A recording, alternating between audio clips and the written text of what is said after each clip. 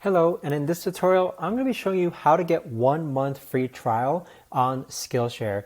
So if you don't know already, Skillshare is an online learning platform, and with that, there's a multitude of different online courses that you can learn from, such as animation, creative writing, film, video, fine art, graphic design, and more. So in order to get your 1 month free trial on Skillshare, you want to make sure that you haven't signed up for Skillshare before first. Now, after that, what you want to do is use my link down below in the description in order to click on it and then sign up for Skillshare. And once you do that, you'll go ahead and actually get a free 1 month trial of using Skillshare. So with that 1 month free trial, you're going to be able to access all these courses that you see here.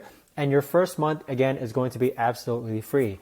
Now, in order to do this, again, you have to have not signed up for Skillshare before. This only applies for new users. And do keep in mind that the link down below also is an affiliate link for me, just as a disclaimer, in which if you decide to sign up with the link down below, I am going to get a commission just for you signing up onto Skillshare. But in addition, you will get a 1 month free trial to use Skillshare. So that's how you get your 1 month free trial. If you have any questions, do let me know down below in the comments. Thank you for watching.